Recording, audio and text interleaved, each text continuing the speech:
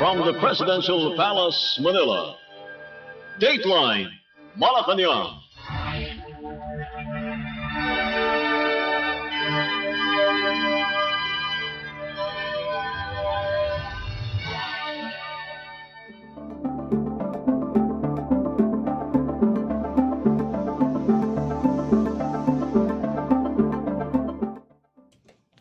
Good day, I am Win Peñano bringing you today's edition of Dateline Malacañang.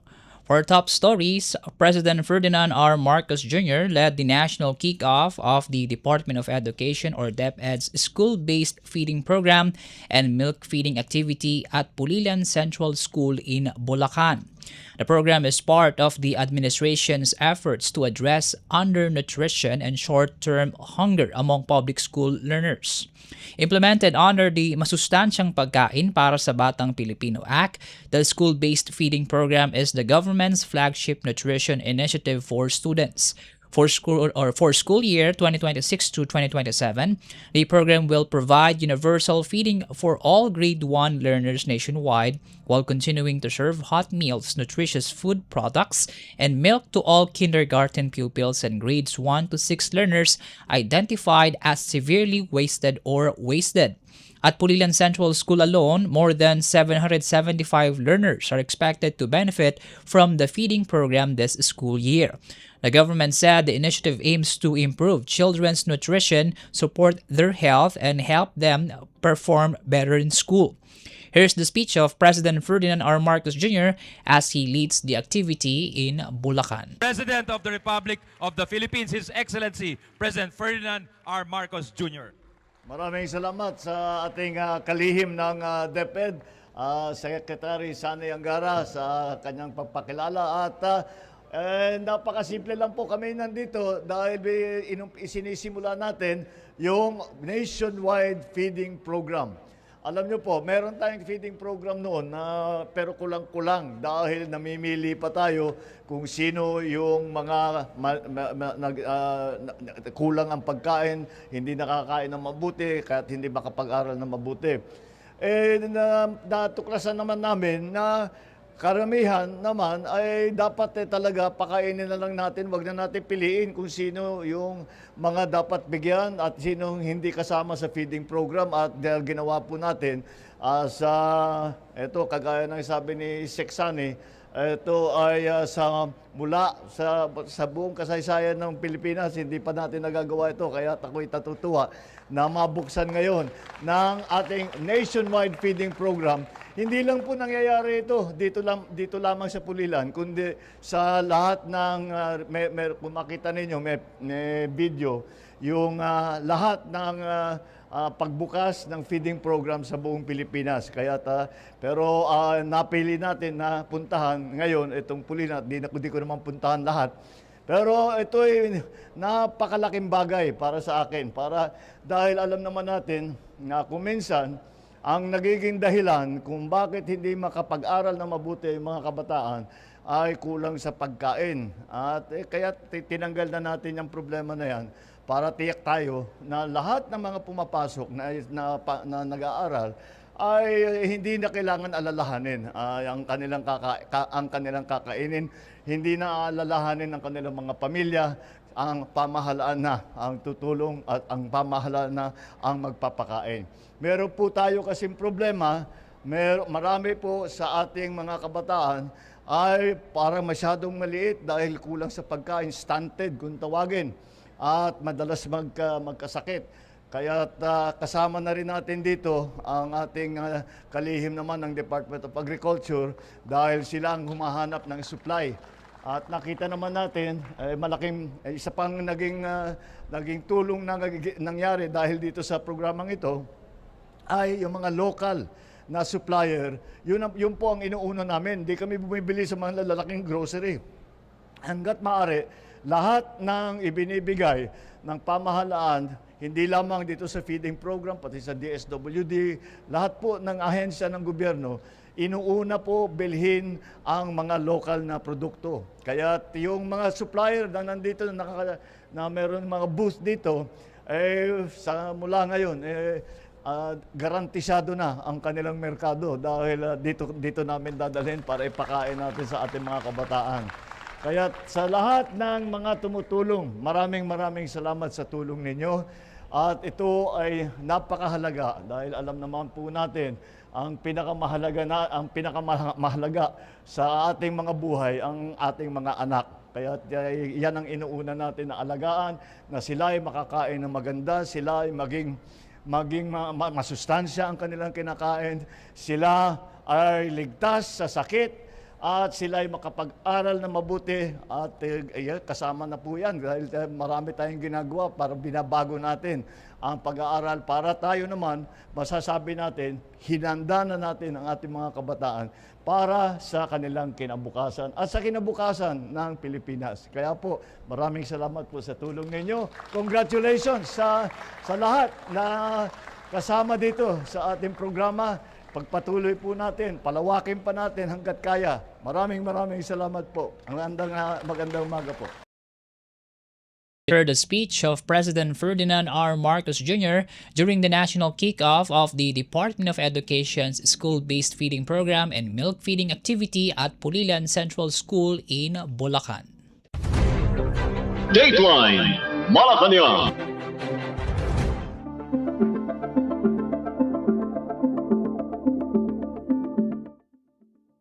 In our news, Malacañang says Vice President Sara Duterte should personally face the impeachment court to answer the allegations against her, saying it would be the best opportunity to clear her name if she has done nothing wrong. Palace Press Officer Claire Castro said it is still too early for the Vice President to take the witness stand since the proceedings have yet to reach that stage. However, Castro stressed that appearing before the impeachment court would allow Duterte to directly confront the evidence and witnesses against her. Duterte skipped the opening of her impeachment trial on Monday, saying that testifying is a matter of legal strategy and constitutional rights. Castro also clarified that President Ferdinand R. Marcos Jr. is not closely monitoring the impeachment proceedings, saying the president remains focused on governance and will only be briefed on major developments. Vice President Duterte is facing charges that include culpable violation of the Constitution, bribery, graft and corruption, betrayal of public trust, and the alleged misuse of more than 612 million pesos in confidential funds. Conviction requires the votes of at least two-thirds of all senator judges. Meanwhile, Senator Erwin Tulfo denied claims that the impeachment trial is being used to divert attention from the alleged flood control anomaly. Tulfo said the Senate Blue Ribbon Committee will continue its investigation after President Marcos's fifth State of the Nation address on July 27, emphasizing that the probe is far from over and that there will be no cover-up. Dateline Malacañang.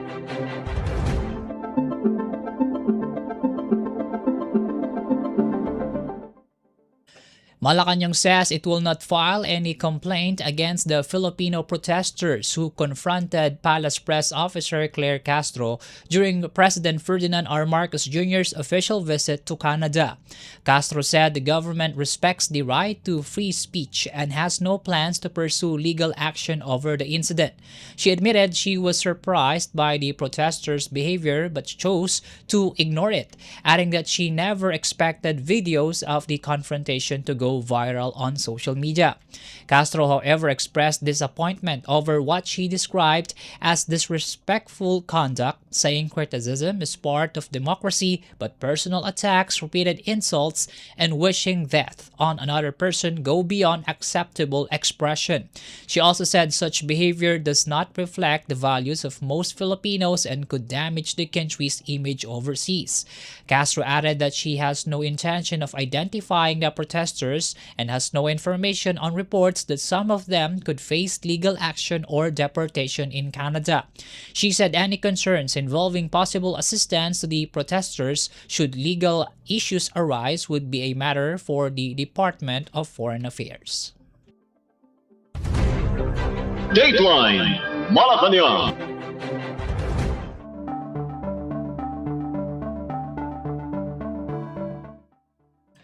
President Ferdinand R. Marcos Jr. has approved several key infrastructure and development projects aimed at improving transportation, creating jobs, strengthening clean energy, and advancing digital innovation. During the 10th meeting of the Economy and Development Council, the President approved the variation order for the LRT-1 South Extension Project, paving the way for the completion of the common station that will connect LRT-1, MRT-3, and MRT-7 with future integration into the Metro Manila subway. The Council also approved the 15.7 billion peso project BEST of the Technical Education and Skills Development Authority or TESDA, which aims to expand technical and vocational training and prepare more Filipinos for high-demand industries. Also given the green light was the 10 billion peso Philippine Geothermal Resource De-risking Facility to encourage investment in clean energy, along with the Philippine Artificial Intelligence Infrastructure Master Plan 2026 to 2033 to strengthen the country's AI capabilities and digital innovation. The Council likewise approved upgrades under the Philippine Seismic Risk Reduction and Resilience Project to reinforce selected public school buildings in Metro Manila against earthquakes and other disasters. Officials said the projects are expected to improve connectivity, develop a more competitive workforce, and support long-term economic growth. Dateline Malacañang.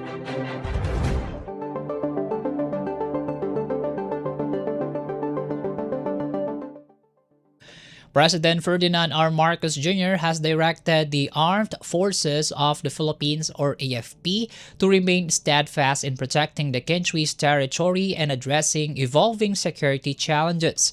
During the AFP's first semester command conference at Camp Aguinaldo, the President received updates on the military's operational accomplishments, strategic priorities, and campaign plans.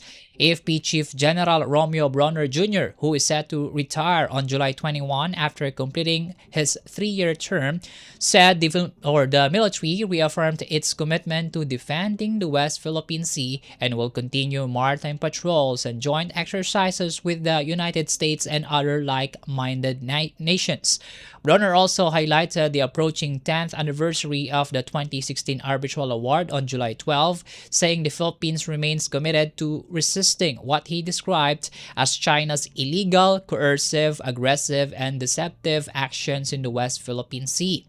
Defense Secretary Gilberto Teodoro Jr. said President Marcos instructed the military to remain firm in its external defense operations, stressing that diplomacy must be backed by credible deterrence. The conference also reviewed the AFP's modernization efforts, capability development, and strategies to strengthen both internal and external security operations across the country. Dateline Malacañang.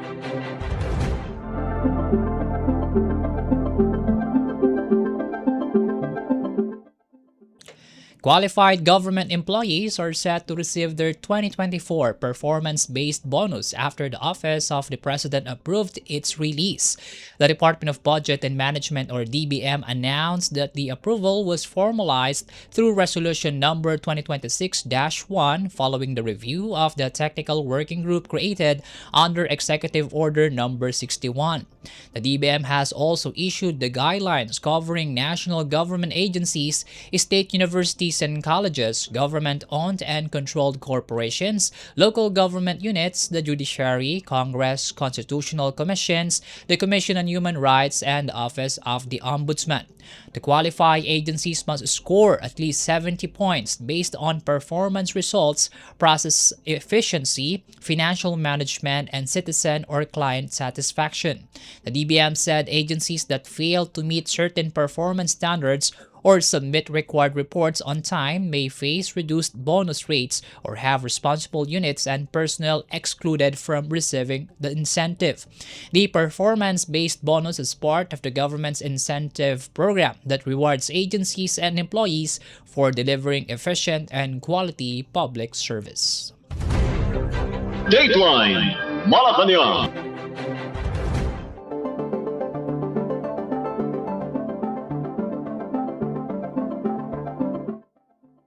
The Department of Economy, Planning and Development, or DepDev, says the slowdown in inflation is a positive sign for Filipino families. In a statement, DepDev Secretary Arsenio Balisacan said June inflation, which eased to 6.4% from 6.8% in May, allowed household budgets to stretch further, especially for low-income families.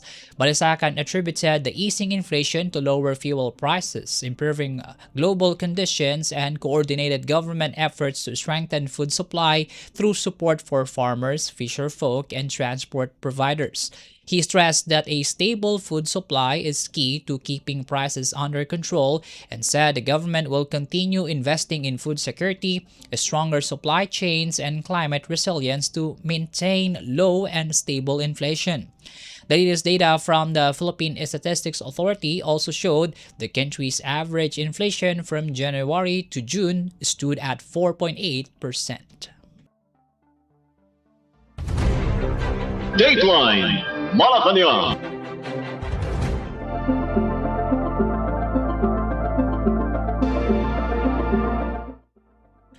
The Department of Agriculture says the government's price cap on imported rice has helped lower retail prices and ease inflation. The statement came after the Philippine Statistics Authority reported that headline inflation slowed to 6.4% in June from 6.8% in May. Agriculture Secretary Francisco Chu Laurel Jr. said the continued slowdown in food inflation brings much-needed relief to Filipino families, especially those with limited incomes. Food inflation eased to 5.4% in June from 5.8% in May, with slower prices increases for rice and fish, while meat prices declined further. Rice inflation also slowed to 15%, while fish inflation eased to 7.8%. Chu Laurel said the government is pushing to extend the price cap on 5% broken imported rice for another 60 days to help keep prices affordable while protecting both consumers and local farmers. The government imposed the 50 peso per kilo price ceiling in May, a move that the Agriculture Department says has contributed to lower rice prices in the market. The department has also secured commitments from importers to reduce or temporarily suspend shipments of imported rice beginning this month to give locally produced rice a better chance in the market. Dateline Malacañang.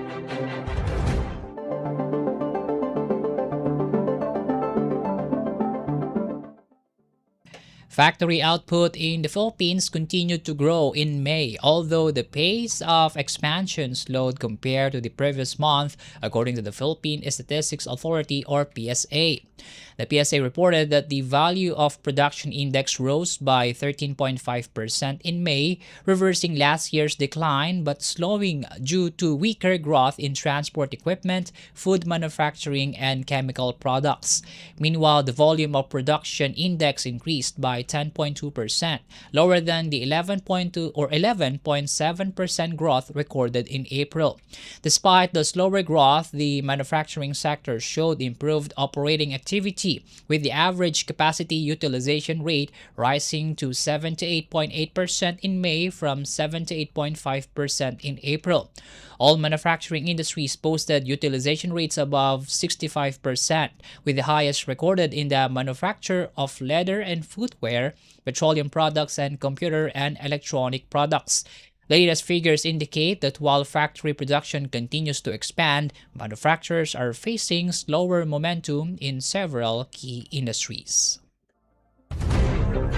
Dateline Malacañang.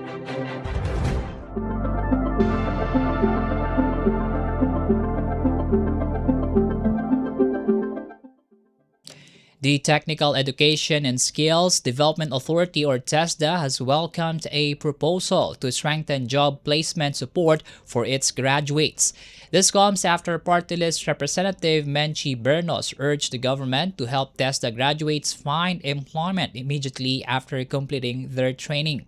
TESDA Secretary Jose Francisco Benitez said the technical and vocational education continues to produce highly employable workers, citing the agency's latest study showing an 83.34% employment rate among tech voc graduates.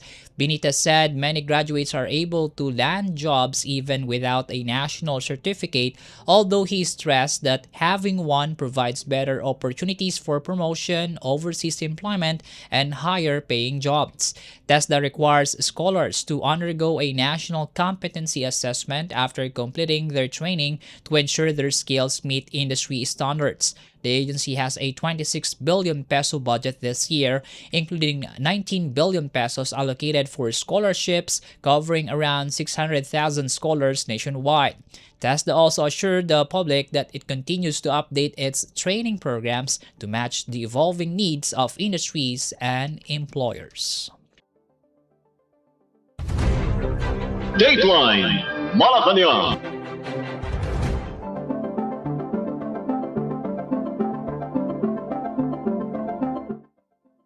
The Department of Education, or DepEd, has partnered with the Brotherhood of Christian Businessmen and Professionals, or BCBP, to strengthen transparency and accountability in the construction of public school infrastructure. The partnership supports President Ferdinand R. Marcos Jr.'s directive to speed up the delivery of classrooms and other school facilities for learners across the country. Under the Memorandum of Understanding, the BCBP will serve as an independent third-party observer for the Department of Education's Public-Private Partnership for Schools Infrastructure Project. Education Secretary Sani Angara said the partnership will help ensure transparency, strengthen good governance, and boost public confidence as the government works to address the country's classroom shortage. The BCBP will monitor key stages of the project, including development, procurement, and implementation, and provide recommendations to improve project delivery and identify possible risks. However, the organization will not take part in procurement decisions, bid evaluations, or the awarding of contracts to preserve its independence and impartiality. Dateline Malacañang.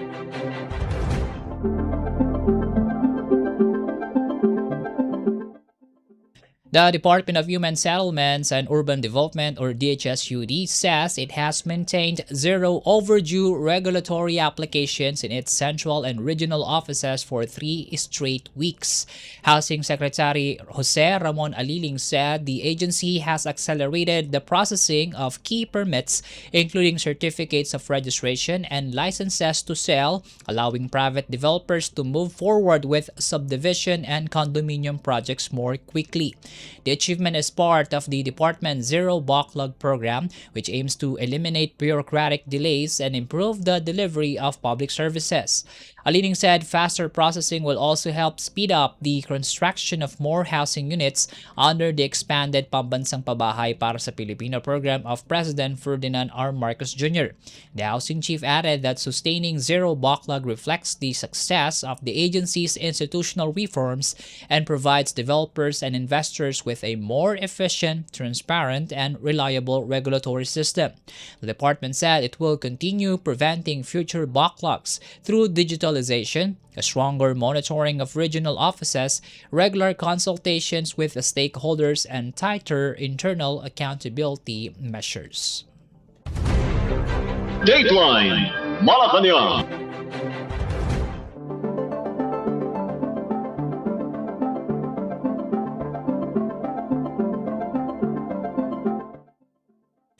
Government agencies and environmental groups are set to submit position papers this week on the electronic waste shipments discovered at the Subic Bay Freeport. The Bureau of Customs, or BOC, said the position papers will help determine the legal, regulatory, and policy actions needed to address the issue and prevent similar incidents in the future. Among those involved are the BOC, the Subic Bay Metropolitan Authority, the Department of Environment and Natural Resources, the Office of the Solicitor General, Eco Waste Coalition, and Ban Toxics. The groups met on Monday to discuss possible courses of action and agreed to submit their recommendations before holding another meeting in about 2 weeks. The BOC said agencies should continue carrying out their regulatory duties while legal proceedings are ongoing. The discussions follow a joint inspection of 9 recycling companies inside the Subic Bay Freeport after environmental groups alleged that hundreds of containers of electronic waste from the United States had entered the country.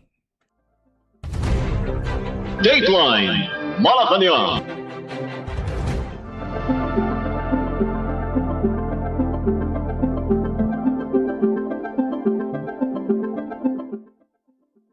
The Philippines is entering the final phase of its plan to eliminate ozone-depleting cooling chemicals by 2030. The Department of Environment and Natural Resources, or DNR, launched the third stage of the hydrochlorofluorocarbon, or HCFC, phase-out management plan, describing it as the country's final major step in meeting its commitments under the Montreal Protocol. The DNR said HCFCs, commonly used in air conditioners, refrigerators, and other cooling systems, damage the ozone layer and contribute to climate change. Officials said the government will help industries shift to cleaner and more energy-efficient technologies while strengthening the skills of refrigeration and air conditioning technicians to prevent harmful refrigerants from being released into the environment. The DNR also encouraged businesses to adopt environmentally safer alternatives, including hydrocarbons, ammonia, and carbon dioxide. The United Nations Industrial Development Organization said the Philippines has already exceeded its 2025 target by reducing HCFC consumption by nearly 70% and is now working toward completely phasing out the chemicals by 2030. The DNR said the transition is essential to protecting the environment while supporting sustainable economic growth and climate resilience. Dateline Malacañang.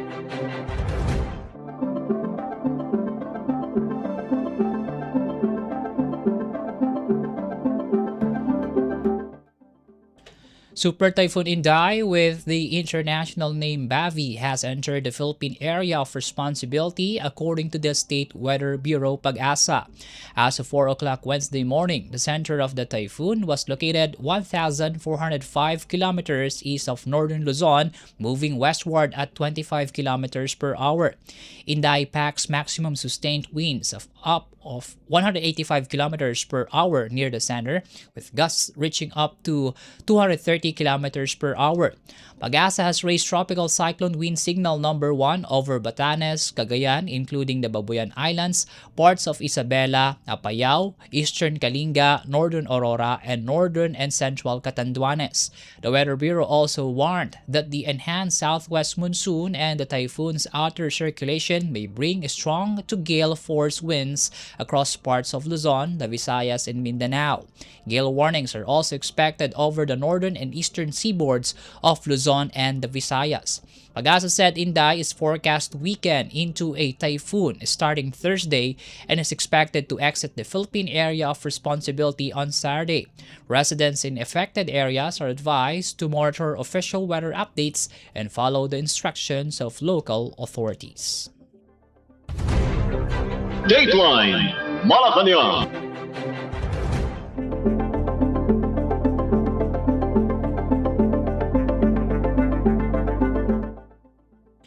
The Department of Social Welfare and Development, or DSWD, is urging the public to prepare and coordinate with their local government units as Super Typhoon Bavi, which will be locally named Inday, enters the Philippine area of responsibility. The DSWD advised residents, especially those along the typhoon's projected path, to follow official advisories and comply with preemptive evacuation orders for their safety. The agency assured affected families that relief assistance is ready, with more than 4.7 million family food packs, over 360,000 ready-to-eat food packs, and other relief supplies prepositioned across the country. An additional 7,000 family food packs have also been delivered to Batanes. Specialized disaster response equipment, including mobile command centers, mobile kitchens, water trucks, and water filtration units, has also been placed on standby. Meanwhile, the Department of the Interior and Local Government, or DILG, has placed local government units, particularly in northern Luzon and other high-risk areas, on heightened alert. The DILG has ordered LGUs to activate emergency response teams, prepare evacuation centers, preposition rescue assets and relief supplies, clear waterways, and intensify public information campaigns. Both agencies emphasize that early preparation, close coordination, and immediate action are essential to protecting lives and minimizing the impact of the approaching typhoon. Dateline Malacañang.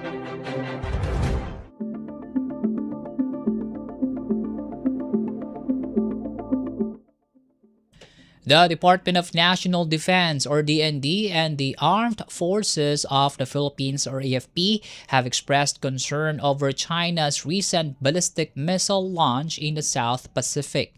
Defense spokesperson Arsenio Andolong described the missile test as a reckless display of military power, saying it raises tensions and shows little regard for smaller nations and the environment.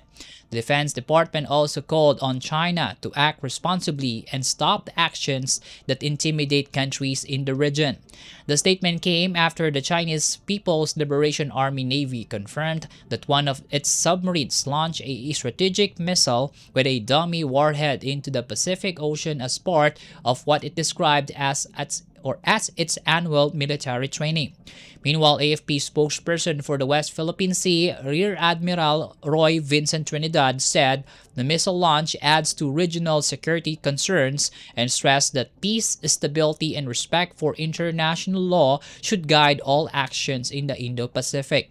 The military also reaffirmed its commitment to protecting the country's sovereignty and sovereign rights in the West Philippine Sea as the Philippines prepares to mark the 10th anniversary of the 2016 Arbitral Award on July 12. The AFP likewise called for transparency, restraint, and an end to actions that could further increase tensions in the region. Dateline Malacañang.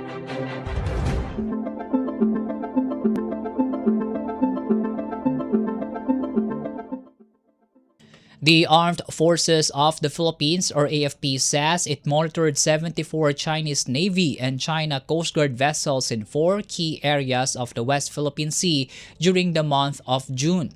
AFP spokesperson for the West Philippine Sea, Rear Admiral Roy Vincent Trinidad, said the vessels were spotted near Bajo de Masinloc, Ayungin Shoal, Escoda Shoal, and Pag-asa Island. Although lower than the 82 vessels recorded in May, the AFP said the continued presence of Chinese ships reflects what it described as illegal, coercive, aggressive, and deceptive activities that undermine the rules-based international order and violate the Philippine sovereign rights. The military reiterated its commitment to protecting the country's maritime interests through sustained patrols, stronger maritime monitoring, and closer coordination with other government agencies.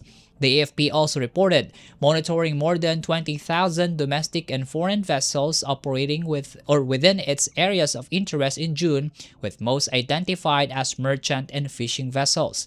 The military said these monitoring efforts are essential in strengthening maritime domain awareness, safeguarding national sovereignty, and promoting peace, security, and stability in the West Philippine Sea.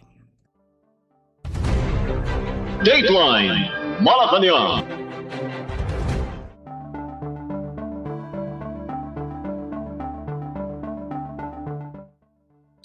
The Philippines is set to receive 5 retired Abukuma-class destroyers from the Japan Maritime Self-Defense Force, a move expected to strengthen the country's naval capabilities. Defense Secretary Gilberto Teodoro Jr. said the transfer is already a done deal, with only administrative requirements being finalized. The warships are part of Japan's official security assistance program and are expected to be delivered within the next 2 to 3 years.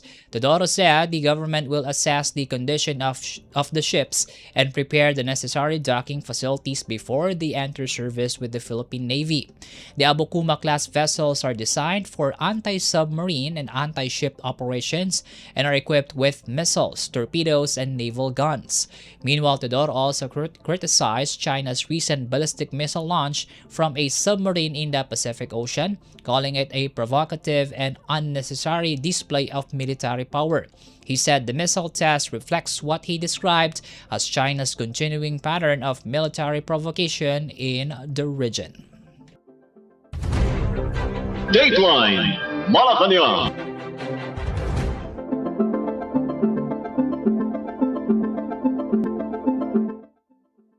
The Philippine National Police or PNP says all respondents in the plunder case involving Senator Rodante Marcoleta have now been accounted for following the arrest of another accused in Quezon City. PNP spokesperson Colonel Alan Reyco said businessman Aristotel Viray was arrested Monday evening on the strength of a warrant issued by the Sandigan Bayan for plunder, a non-bailable offense. Viray was initially taken to the PNP Health Service after complaining of high blood pressure but was later cleared and brought before the Sandigan Bayan. Earlier, Senator Marcoleta surrendered to authorities while former Congressman Mike Defensor and businessman Joseph Espiritu were also arrested in connection with the case. Marcoleta, however, remains under medical observation at the PNP General Hospital after experiencing chest pains and unstable blood pressure during booking procedures. Police said additional medical tests are being conducted before a full report is submitted to the Sandigan Bayan. The PNP also confirmed that Vice President Sara Duterte visited Marcoleta at the hospital Tuesday morning. The plunder case stems from allegations involving 75 million pesos in campaign contributions that were reportedly not declared in the senator's statement of contributions and expenditures. Dateline Malacañang.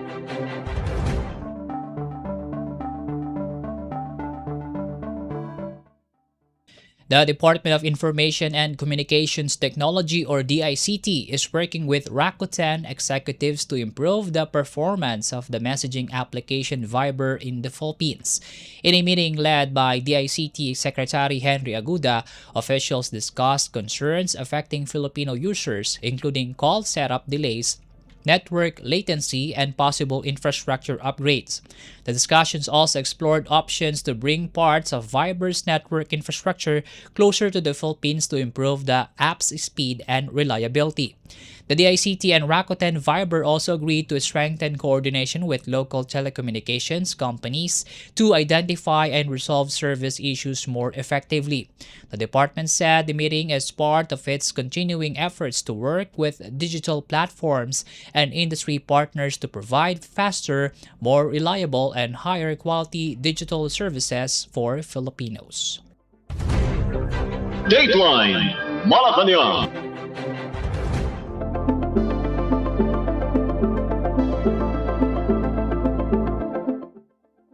The Bangko Sentral ng Pilipinas or BSP plans to relaunch its coin deposit machines in Metro Manila before the end of the year. BSP Deputy Governor Bernadette Romulo Puyat said the initial rollout of 25 coin deposit machines is targeted between the last week of October and early November. The machines allow the public to deposit legal tender coins and have the equivalent amount credited directly to their GCash accounts.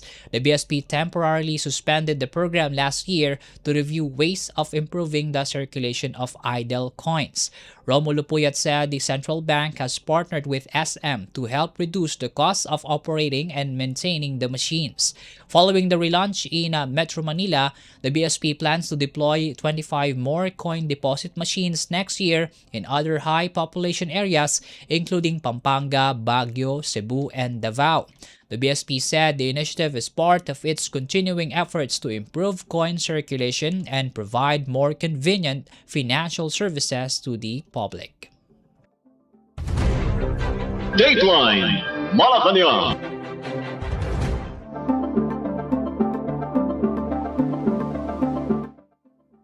The Pag-ibig Fund has lowered its promotional home loan interest rates and increased its maximum loan ceiling to 10 million pesos to make home ownership more affordable for Filipino workers. Department of Human Settlements and Urban Development or DHSUD Secretary Jose Ramon Aliling said the new rates support the government's expanded pambansang pabahay para sa Pilipino program by reducing monthly housing payments. Qualified borrowers for socialized housing can now avail of a subsidized 3% annual interest rate with monthly payments starting at around 4,005 pesos for a 950,000 peso house and lot package.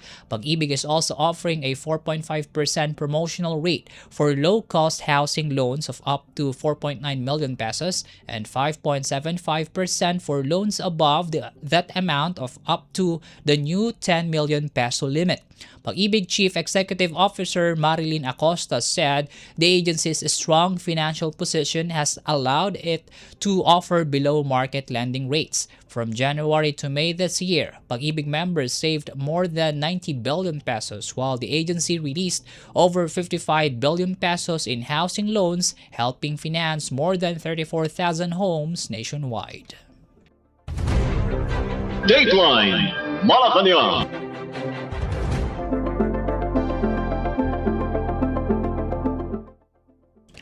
And that concludes today's edition of Dateline Malacañang. For Radyo Pilipinas World Service, I am Win Peñano. Good day.